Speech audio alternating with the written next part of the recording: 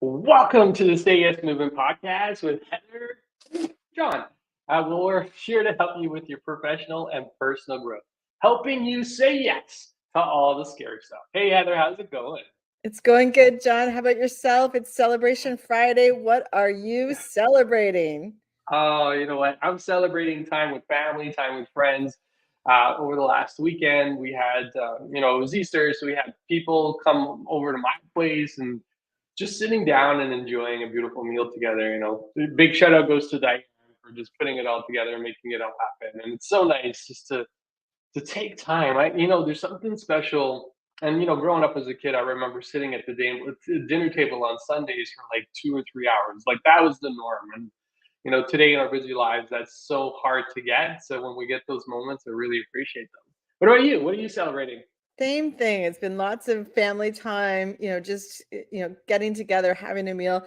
And the other thing, John, that's been sort of neat is the weather's a little bit nicer, getting out with the dog for a walk. And my dog is kind of cool. My dog makes eye contact with anybody she walks by. And so because there's more people out walking, we stop more often, but she actually brings joy to everyone she meets. And I love that because I end up talking to complete strangers because my dog is making eye contact. But it just has me think about, are we making eye contact with people around us? Or are we just head down onto our phones and just missing some amazing opportunities to positively impact people? And so my dog Yeah. helps me do that. And it's been actually really fun to talk to my neighbors and see everyone come out. So that's what I'm celebrating Yeah. this week. Oh, I should get your dog to talk to my dogs because my dogs, they're so protective, right? Like they're so protective of us when we walk down the street. They're not making eye contact. They're letting their presence be known, right? So you talk about eye contact with your dog. My guys are like, "This is our space. Get out of here. We're on the fence, right?" So yeah, you Well, should have your dog talk to my dog and see if there's something that they can do, right? Well, John, isn't there some leadership lessons in all of that? What is the personal space that you're holding? And is it a welcoming space or is it one of protection? And we see, Mm, dogs exhibit, it's really easy to see those behaviors, but we also see this in humans, people that are really welcoming and making eye contact and doing all of the things with their body mm, to open up. And then we see people that are really closed and, standoffish. And sometimes the people that are standoffish don't know why people feel that way about them. And we've got some great tips that we can share with our audience about what that looks like and feels like to change your energy state to actually invite feedback into your life. What would yeah. some of those things look like, John, from your perspective? Yeah, no, actually, before we get into that, there was a new study that came out, I believe, UCLA, where they said 95% of what you say is through your body. It's through body language. And, you're right, 100%. A simple thing like just making eye contact with people, like, I feel that the whole eye contact thing, just connecting with people, just, physically, like, yes, we've been on screens for the last 4 years and we continue to be on screens. Like, I don't think that's going to go away. No. But, the simple act of just making eye contact with somebody, that I find incredibly challenging because nobody looks up anymore, right? I'm not Mm, saying nobody, but I'm saying there's a lot of people, and I don't know what it is. Maybe it's because of what, has transpired over the last 4 years. People are a little bit more nervous about getting germs, infections, and just kind of keeping their distance. Like, there's so many things that you have to take into consideration today. But I think, one of the most important things in all of this is just how you're showing up, right? What's the energy mhm. that you're giving? What's the state that you're in before you go out and reach somebody, right? Like reach out to somebody. Like I think about you walking down the street with your dog, happy go lucky. Everybody's like just doing their thing and you're in a good state. So by the time you actually connect with the other person, you're making that eye contact, or your dog is. Loki's making eye contact with somebody. He's in a good state. So everybody's like automatically in a good mood. That's So, right. It's number one, yeah, infectious. just yeah, watch your state, right? Watch how you show up, like in your own personal presence. Like, how are you Mm. showing up, right? I think it's important. What about you, Heather? What's a tip that you got for connecting with Well, people? I think it's so important what you said, that we communicate with our bodies more than our words. And especially as we're walking down a street or we're entering a room or whatever that might look like. So some of the things that you want to do is you want to check, like, where is your head at? Is your chin up? Are your shoulders back? That says, hey, I'm here and I'm present. So, when we're looking down on our phones, when we're not present, people react to that very, very quickly. And in fact, the natural stance of having our phone in our hand means that we're actually putting our chin down and getting less breath in. When we have our chin up, we're bringing in a lot more oxygen, which means that we're bringing in a lot more energy, and we're saying to anyone around us, I'm here with you and you matter. And that is a message that is not being said enough in every interaction that we have. People are walking with their phones, they're talking on their phones, they're texting on their phones, and they're not being present to their surroundings. And it's really having a negative impact on people's moods and how they feel seen and heard, either in the workplace, at school, at home, with your kids. All of these things are negatively impacting, and it's causing, me and John, we've both seen this, anxiety to show up. And we actually Yeah. can control our own anxiety by just, pulling our shoulders back, lifting up our chin. And if you're listening right now, try it. Try this on right now. Look at John and both of us adjusting. We're going to bring in more oxygen. We're going to have more energy.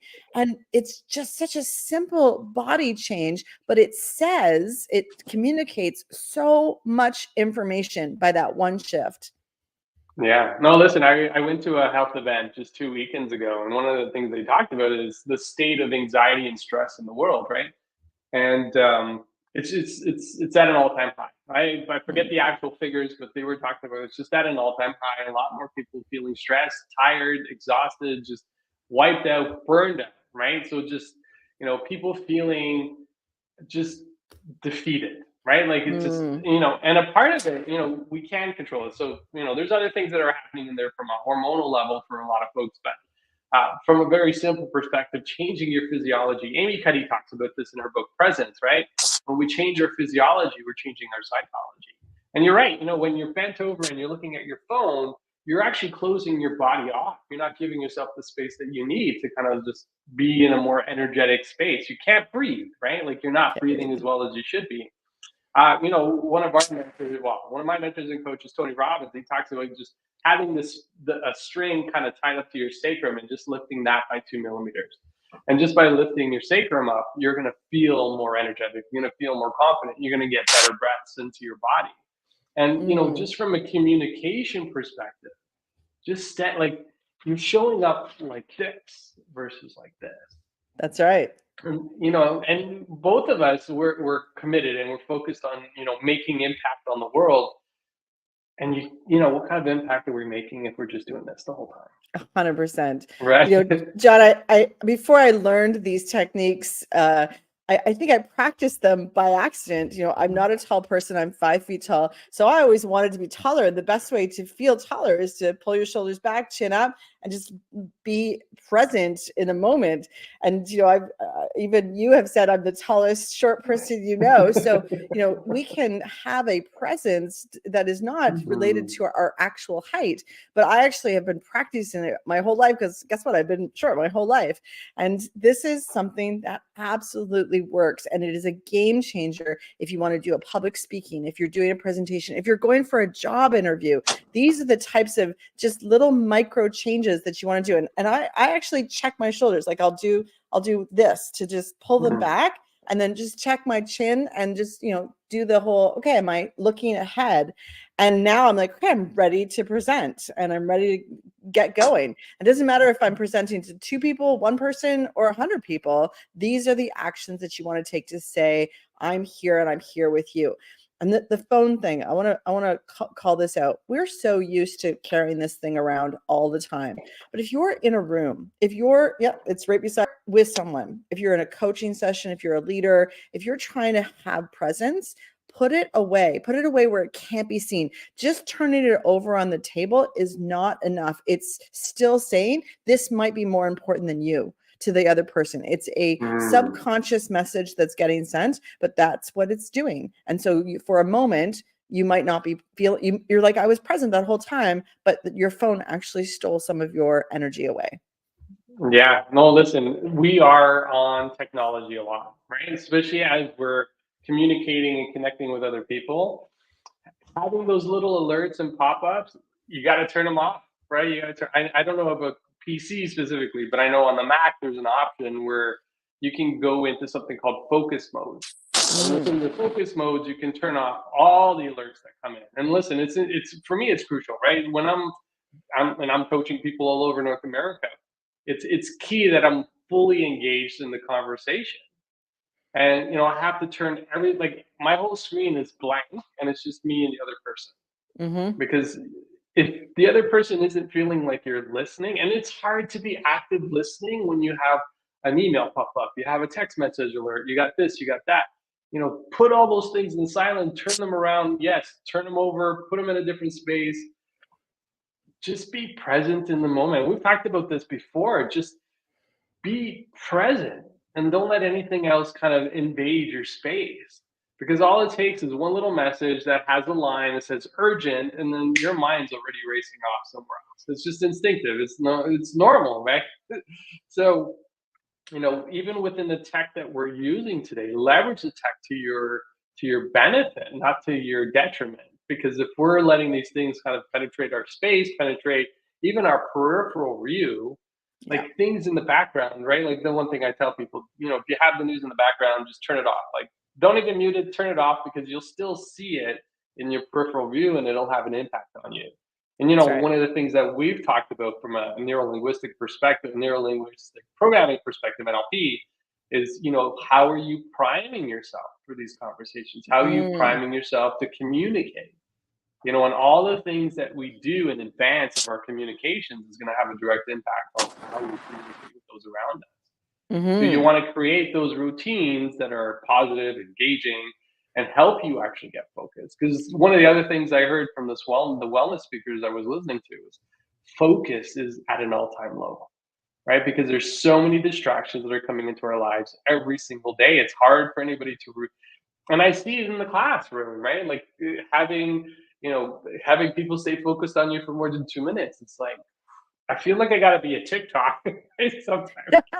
I gotta be like super engaging and super like super flashy, and then give you a nice dopamine hit so we can move on to the next part of the topic, right? But it is so important to just be present with the people you're with. Whether you're like Heather, you said, whether you're in a room of 5, 10, 100, even 1,000 people, you can't be anywhere else but in that space, Well, right? think of the people in your life that show presence. I just went and got a haircut, and I hope our barbers or our hairdressers are always present because they've got scissors in our hands. But my hairdresser actually is an artist. He's kind of like Edward Scissorhands. He just is so present for the moment. And in fact, when I was there this week, he said to me, he said, can I just go do something? He had to finish up with another client so that I can spend more time with you and be completely present. So he actually asked permission and had such Mm, awareness of his presence, and he wanted to do that for me and with me. And of course, I'm like, yes, of course. I love going to him. I love spending that time because he just is in love of what he does. And that comes across in, of course, his artistic pieces, but the words that he says and the permission that he asked. So he didn't just leave and go. He said, I'm going to do this so that I can spend more time with you. That is just a simple task or a yeah. simple thing that we can communicate. Imagine we said that to someone that's asking for help, or someone that is approaching us in the workplace, or someone that's asking for time with us as a coach. It's like, you know what, I want to be completely present with you, so let me actually put this phone away, or let me do something to let me turn off all my notifications so that me and you can actually spend this time Mhm. together. So that's a simple way to include presence and name it for the other person. Because if you're saying, I'm going to put my phone away, guess what they're going to do? They're going to put their phone away. You know what? I'll do the same. Let's do that Yeah. together. So, think of the ways that you can actually create a sacred space or an environment that will be easy to keep presence. In the classroom, John, we can invite people to put the phones away. In meetings, you can also say, let's close our computers for this section, and let's all whiteboard it together. So that presence is so important. Yeah, no, listen, you touched on something really important. Just the simple act of even asking for that permission to say, hey, let me go do this, lets people know that you already respect them and their time. And the other part is, and I wrote this in a paper a while ago. I can't remember where it was specifically, but as a coach, as a leader, as an influencer of sorts, we are the models of what we want people to represent or to be in our lives, right? So just like your hairdresser, hey, I want to be fully present. I'm sure you were fully present for him in that conversation, right? And the My phone was conversation that away. you guys, Absolutely. yeah, your phone was away, right? Like he became, and I don't think we recognize this, especially as leaders inside of organizations, how much our titles actually dictate how much influence we have on people around us. And sometimes it's just those little things that we do, right? Taking your phone, putting it away, putting it in your bag, like just putting it out of view and out of, hands reach is going to let the people know around you that it's not okay to pick up your phone when we're in a meeting together. Yeah. Right? Because you are the model for them. And yes, you know what? People may not get it right away, but by the third meeting, I can guarantee you people are going to start putting the phone away. Right? Absolutely. Like imagine, being up in front of the class and I'm on my phone while I'm teaching a class. What am I telling my class? Yeah, sure, go ahead. It's okay to be on your phone. Right? But we don't recognize that, like how much power we have when we have, especially a title attached to who we are, and how much people are actually paying attention to what we're doing. And it's the same for parents, right? Like we are the model for our children, and if we want them to act a certain way, like we got a rule at home, like nobody brings the phone to the table. Nothing is that urgent that you have to have a phone at the table. So just simple things like that. Just be that model for those people. Yeah. And if you can do that, like that's where you start to actually, talk about creating conducive and empowering cultures. It starts with the person who's leading the conversation, right? 100%. And, John, we talk about our word of the year. And this is another place that this can come alive because believe. Yep, absolutely. I love it. And that's our word for everyone out there. We are both focused on the word believe, inspired by Ted Lasso. We both love that show. If you haven't watched it, we highly, highly recommend. It's got leadership lessons galore in it. But think about when you're being present, you're also focused on the other person. You're not focused internally. Am I saying the right things? Do I look stupid? Your ego isn't in the way. So, our word believe can show up and say, all right, I believe that I can make a difference in this person's life by being a good listener. I believe that I'm going to make a positive impact on my scorecard results or my job interview if I stay present. So, connecting your actions to your word is a really good way to stay focused on what's the most important thing. Our word is believe, but many of our clients and our listeners have other words that also make sense to keep them focused and to check in with yourself. Are you doing this on a regular basis, on a daily basis? And that's a reflection point that you can do all the time. John, I know that you reflect every single day how your day went and link back to your word. How did belief show up for you on a daily basis? And it's something that I do as a practice as well. Yeah. Actually, you touched on something really important. I just want to share this because one of the questions I get asked all the time is how do I let go of nervousness when I'm up in front of people speaking? I say, well, don't make it about you, make it about them. Right? Make it about the audience, right? And you touched on, like, I love that you touched on that because as soon as you make it about them, and actually, I was working with somebody this week, and I'm like, do you make it about yourself or do you make it about them? Because if you're nervous, it's because of how you think you're going to show up. If you're not delivering the right message, do I look good on stage? Am I saying the right things? Am I talking, in a coherent manner?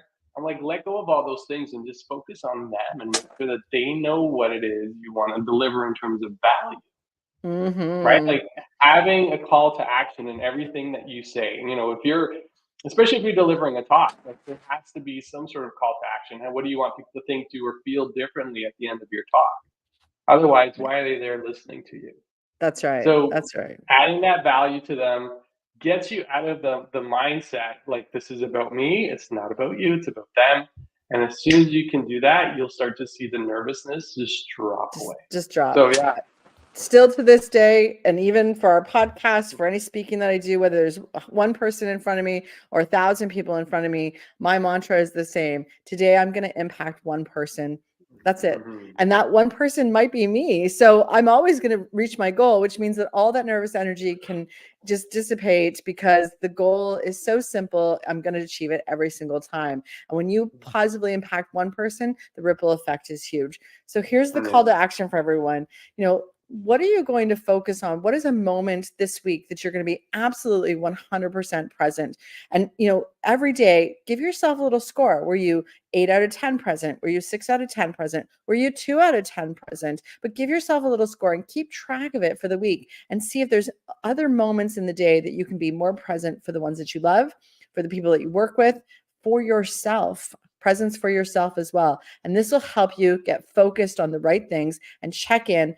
How is presence showing up, and how can you be even more impactful, even more influential in your everyday life? That is our call to action for you this week. All right. Love it. Love it. I love it. I love it. I want to add so much more. And you know what? Maybe we'll continue this conversation because some other stuff that just showed up for me, but we're not going to talk about it now. Heather, thank you for that call to action. And really, it's a great idea just to kind of scale, like, was I present today? And if you're present, things will move faster, right? So something to think about as you're going into your week, into your weekend. So thank you everybody thank you for listening to the Say Yes Movement podcast this week. Just remember, when you shift your mindset, you shift your life.